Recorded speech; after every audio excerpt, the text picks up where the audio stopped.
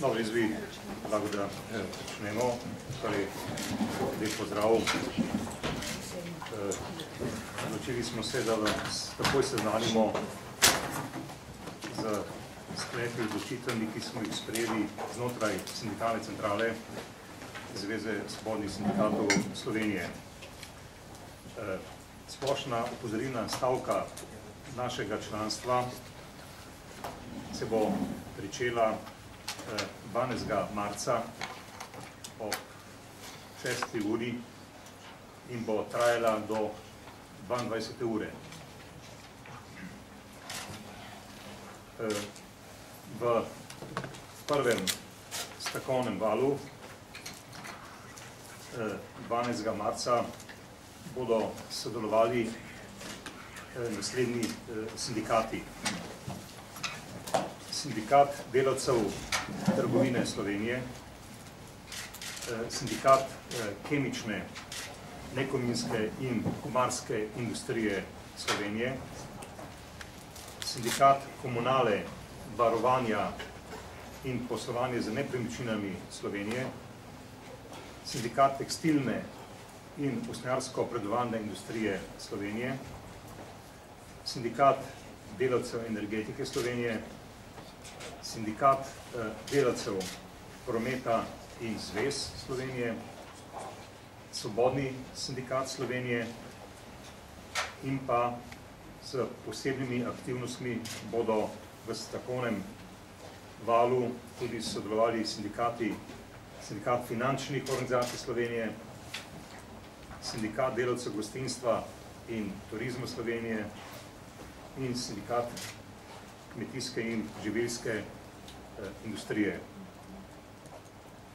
Kakšne so stavkovne zahteve, ki so jih sprejeli omenjeni sindikati?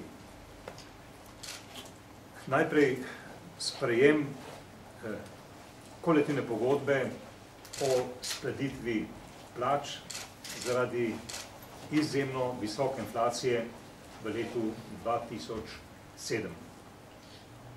Gre za tisto kolektivno pogodbo, pri kateri so se partnerji razšli, pogajanja niso bila uspešna, sedaj pa zahtevamo, kot stavkovno zahtevo, prav sprejetje te kolektivne pogodbe kot pravni akt, ki naj zavezuje delodajalce, da dvignejo plače glede na inflacijo v letu 2007.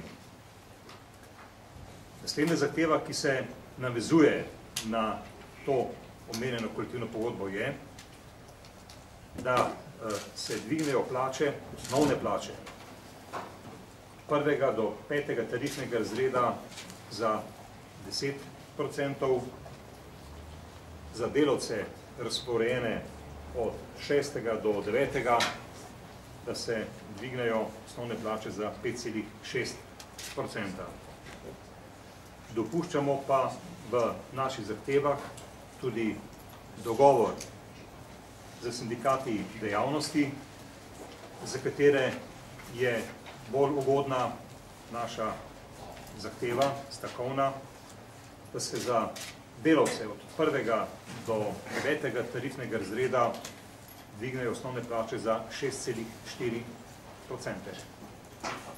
En majhen komentar od tej številki. To je v bistvu letna inflacija januar 6,4.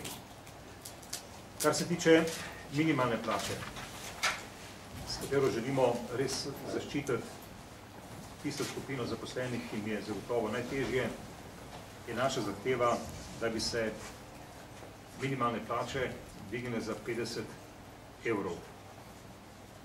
Pri čemer bomo poskušali priti do tega cilja ne samo za pogajalsko mizo z delodajalci, pač pa tudi v dialogu z vlado, zlasti z ministrstvom za delo, kajti vendar obstoja zakon o določitvi minimalne plače in država je soodgovorna za stanje okoli minimalne plače v tistem delu zagotovo, ki določa višino minimalne plače, namreč ta zakon.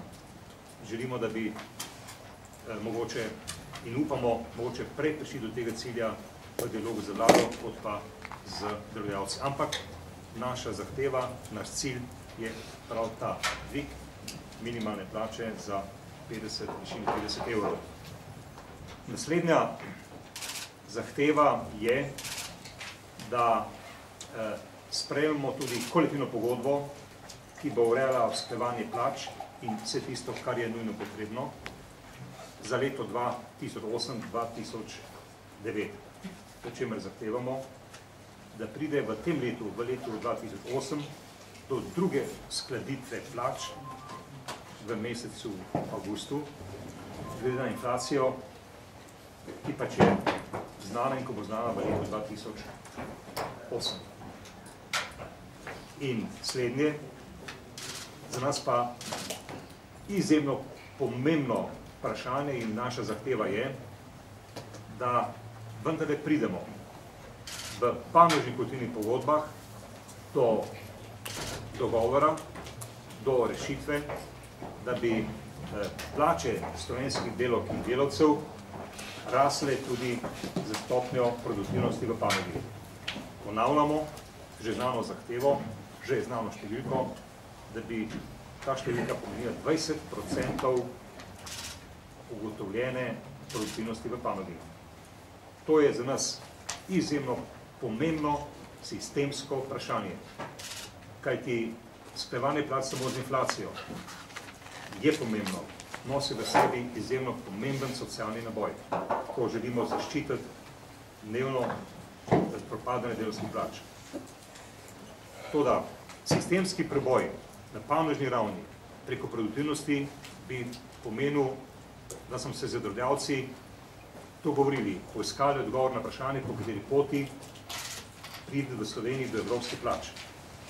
In upoštevanje produktivnosti je meter, ki zagotovo prinese vse morebitne kritike in opozorila. Produktivnost je pravi meter za to, da vendarle na neki daljši rok, razumen daljši rok seveda, pridemo do dviga delavskih plač tudi iz tega naslova.